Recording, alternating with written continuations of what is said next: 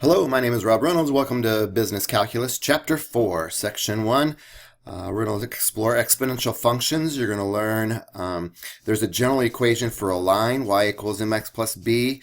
I'm going to ask you to memorize this general equation for an exponent where b is the base of the exponent, c moves it left and right, and d moves it up and down. So if it says plus c, it moves left, and if it says plus d, it moves up.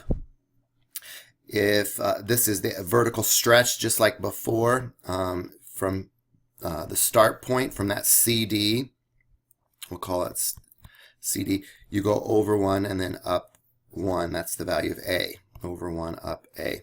And then B is the base, and we'll explore how the base sometimes means instead of growth we have decay, but so does a negative x.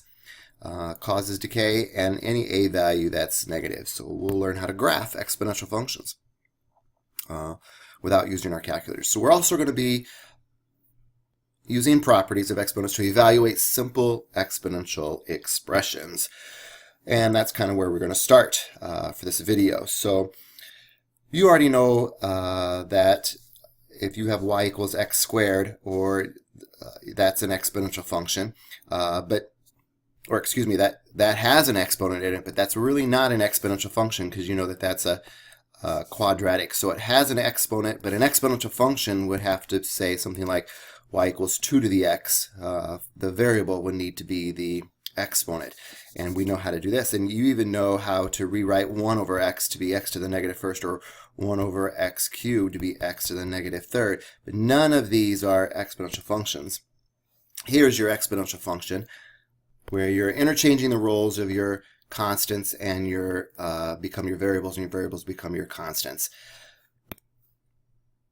So the general equation would be y equals a to the x, or in the example I gave you, I would prefer y is equal to b to the x, b standing for the base. This a is actually some constant a times b to the x, where if a is 1, it'd be 1 times b to the x. So I would prefer you not to use this or this.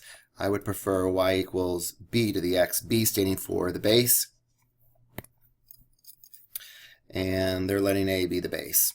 That's okay. That's a variable. You can let it be whatever you want. Let's review some rules for exponents. If you know you have x squared times x cubed, then that's x to the fifth. You rewrite the base and add the exponents. But if it's x squared cubed, then it's x to the sixth. You can also distribute. If you have x divided by y squared, you can distribute to the numerator and denominator, or you can distribute over multiplication, x squared, y squared. So you know all of these. We just talked about that one as well. Properties of exponents. So what you do not do is get a 4 here, because the rules did not say multiply the bases together. Notice this is a times a, but it's not a squared here. So you don't do a times a. So instead of a 4, we're going to just rewrite the base and add the exponents. So, and you can simplify it to be 32. This one you rewrite the base and add the exponents, and I would probably write it as 1/2. This one, power raised to a power, there's only one base, so you don't add the exponents. This time you multiply. It's a nice rule. If there's 2 bases, you add. If there's 1 base, you just multiply those. This one I take care of the negative maybe first. It says flip it and then square it. So that's just 3 squared, or 9. And then this one you rewrite the base and subtract. So 3 to the negative first, which is 1/3. And this one you can undistribute the 1/2. We don't normally you start at a and you move to b by taking this exponent and distributing. But sometimes in calculus, it's important to kind of go the opposite direction. So I would probably simplify this to be 6 to the 1/2, or the square root of 6. Simplifying that. Oh, good. The author did the same. So the graphs of exponential functions, we talked a little bit about how I would like for you to graph. The book is going to approach it by plugging in for x and solving for y, or using your graphing utility, and I think that's just disgusting because that's all brain dead. just a number crunch to plug in a -3. But this is not even an exponential function, but this is how they said, oh, remember how you did a line? You're going to do the same thing for exponential. Well, I'm not a big fan of that. No, there's no thinking in just plugging in for x and y. So here are the 4 basic equations that I want you to kind of look at. And then we're going to talk about these rules for growth and decay. So if it's positive, we have growth. It's always going to start at 0a. And remember, a is not 2 here. A is actually the 1. So 1 times 2 to the x. So I'll call that the start value. This a term right here goes right there on the y-axis. So that's a start value at 0a. The asymptote is always at y equals d. That's what the function approaches but does not cross. And there is no c or d shift for this guy, so the general equation just looks like this, has growth. And if you wanted to get more specific, you could plug in points. But for me, if you gave me a point, an asymptote, and showed me some growth, that would be good. So this one has a negative out front. So instead of starting at 1, it starts at -1. The asymptote's still at y equals d, which is 0. And because it's a negative, it has decay. So that says from right to left, it's going to swoop down. If you wanted to find some more points, you could, but that works for me. A negative exponent says decay, but it's got a positive 1. So you start up here this time. There's the graph, but this time you start up high and head down low toward the asymptote at y equals d. And this one has a negative and a negative, so that's going to be growth. So if it has 2 decaying factors, see, it's got a -a. Oh, I'll highlight it here for you. It's got the negative, the a is less than 0. That's this guy. And it's also got a -x. That's this guy. So 2 decaying factors causes growth. So the last scenario would say start at -1 because that's this pink value here. The asymptote's still at y equals d because there was no horizontal shift, but this time you have growth. And growth says start low and head high. So those are the 4 graphs that we're going to be looking at. Those are the 4 scenarios, or at least start values. And hopefully you can go to Blackboard and you can get some graphs or some graph paper like this so you can practice graphs as well. I think I have a worksheet real quick. So here are the first couple graphs. This says start at 1. Don't remember, that's not, this is that 2. I kind of just, in fact, in my world, 3 to the x, the graph of y equals 3 to the x would look the same as 2 to the x. Now actually it doesn't. I'll show you the difference of it. But in my world, if I just require a point, an asymptote, and a swoop, you're done. So you don't know if the swoop looks like green or if the swoop looks like maroon because we're not actually finding other points. But both graphs go through 0, 1. Both graphs have an asymptote at y equals d, and it has growth. Again, not very accurate, but it's just a sketch. So how accurate do you want your sketch? Let's see. This guy, I would probably rewrite this 1/2 to be 1/2 to the negative first to the x, and to the negative first means reciprocate it. Actually, it's this. Negative times negative is this positive x.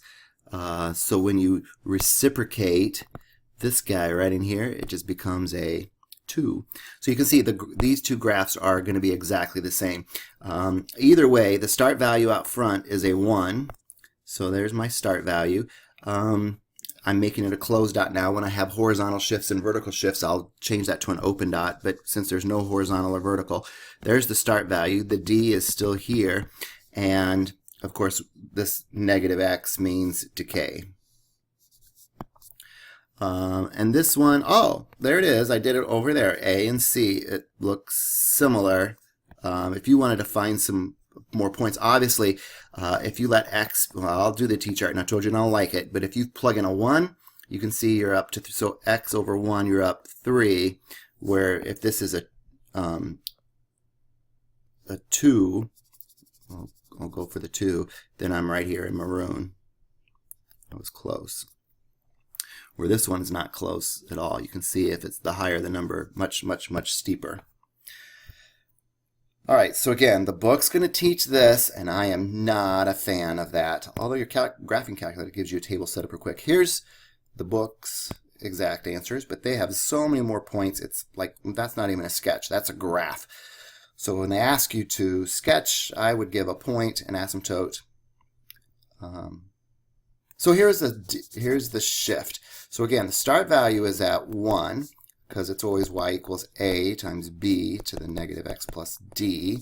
So there's the start, but this time it's an open at 1 because this d shift right here says go down 1. So take that open dot, which started at a, in this case 1, shove it down 1, and then you don't go left and right because there's no d shift. And the asymptote also is at y equals d. The asymptote's always at y equals d. In this case, d is negative 1. And we've got decay because there's one decaying factor. So again, that's a pretty good sketch for me. The book's going to say, hey, plug in points, but that takes too long.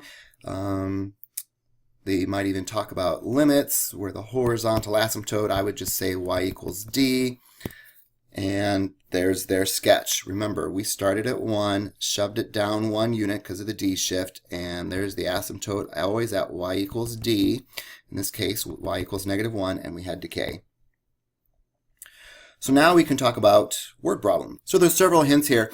Here's the general formula for a function on the increase, and here's the general formula for the function on decrease. And this one says it depreciates, so this is the formula we're going to be using. Perhaps you've seen these formulas before. A is equal to P1 plus R over N to the NT, or if it's compounded continuously, maybe you remember PERT. We'll talk about those in a moment, but this is just a general where N equals 1. If N equals 1, you take this pink equation and just let N equals 1, and then you'll get this equation. But that's for growth, so if it's decay, we're going to change this rate to 1 minus the rate. And again, it's not being compounded. There's no compound interest here, so we'll just let N equals 1. So I think I'm going to be using this equation. There's a couple other hints in here. It says it's 3/4 of its value, so the rate is 75% depreciation. And that's 0.75 or 3/4. And so the start value is at 1600. So that's the P, the principal, the initial amount, P, 1 minus the rate, 3/4, for 4 years, and that's the amount of time. And then I'll number crunch this. And look at the graph. There it is. We'll number crunch it, and we get around its decay. We don't need to graph it. I think they just wanted you to number crunch this. Continuing our discussion about graphing, again, I would recommend that you go to Blackboard and download the handout and see if you can do these before I do them. I would give a start value at A. In this case, it's at -3. I would get the horizontal asymptote at y equals 1, and then I would look for the 3 decaying factors, and there's a -a, so I know that that's, oh, no, I wouldn't. I'm so sorry. I would take this open dot that started at -3, and then I would shove it 2 units to the right, and then 1 unit up. So 2 right, 1 unit up. So there's the one point that I would be really looking for, and then I would say, okay, it's decay through that point. And then, so you don't really know if it looks like maroon or if it looks like green. It probably looks like green a lot more because it decays a lot faster. And then I have some solutions. But it's that point that I'd really be looking for. If you wanted to find other points, you could do a T-chart. But again, if it's just asking for a sketch, I would have an open dot at 0,3. I would shove that down 1, 2, 3, 4, 5, and 2 to the left. So there's the one dot that I need. I'm going to get rid of this one. So again, start value at 0,3, and then this says 2 to the left, right here, 2 to the left, and then 5 down. So there's the dot. The asymptote's at -5. So -2, 3, 4, 5, y equals 5, always y equals d. And d is right here, -5. And I'm looking for decaying factors, and there it is. I got a b value between 0 and 1. And that's going to be the only decaying factor, so I'm going to give you decay. So I'm going to start high and head down low. And then on the next slide, hopefully I've got Nice. There's that open dot, which you don't go through the open dot. I just use that to go over 2 down 5 and find the closed dot. So go through and practice these graphs. I'll do this one too because you have a negative x value, which I haven't shown you yet. So the reason why this one went 2 to the left is because when I set it equal to 0, I get x equals -2. It's how you find roots. So you're always setting anything that's in parentheses equal to 0, or you go the opposite direction. So for this one, 2 minus x equals 0 when 2 equals x. So this is actually going to go 2 units to the right, even though you have a negative out there. I would say 2 right and then 3 up. From where? Well, the start value is a -1. Do you see it here in green? So I have an open dot at -1, and then I go 2 to the right, 3 up. There's that one dot that I'd be looking for. The asymptote's at y equals d, in this case 3. And then I've got 2 decaying factors. There's a -a and there's a b value between 0 and 1. Remember, I don't really care if it says 0.5 or 0.8. My graph would look the same. Oh, and I've got a -x. So I have all 3 decaying factors. So all three negatives is a negative. So it's all. So 2 decaying factors would be positive, 3 decaying factors would be back to negative, so that means starts up high and head down low. Of course, you can always pull out your calculator, graph that thing, and find that point, but really the goal here is for you to be able to graph these without your graphing calculator, and kind of just recognize that this is going to have decay because I've only got one decaying factor. It starts here at -1. I'm going to just slide it up 1 because there's no C shift, so that's a D shift, a horizontal shift up 1. And the asymptote's at y equals 1, and I have decay, so start up high and head down low. So the goal is for you just to kind of visually look at these things and kind of know some things about this. So go through these. I've got worked out solutions, several of them, and if you have questions about how to graph these by hand, this one's kind of interesting. 3x minus 3x minus 6 equals 0 when 3x equals 6 or x equals 2. So that's going to say 2 to the right there. And then this is 4 down. And here's my start value at 3. So I start at that open dot, go 2 right, and 1, 2, 3. There's that one dot that I would be looking for. Again, you can find that in your calculator just by graphing this thing and hit trace to enter and make sure that that's actually on the function. It looks like I have one decaying factor, and the asymptote's at y equals -4. So -1, 2, 3, 4, and I need decay.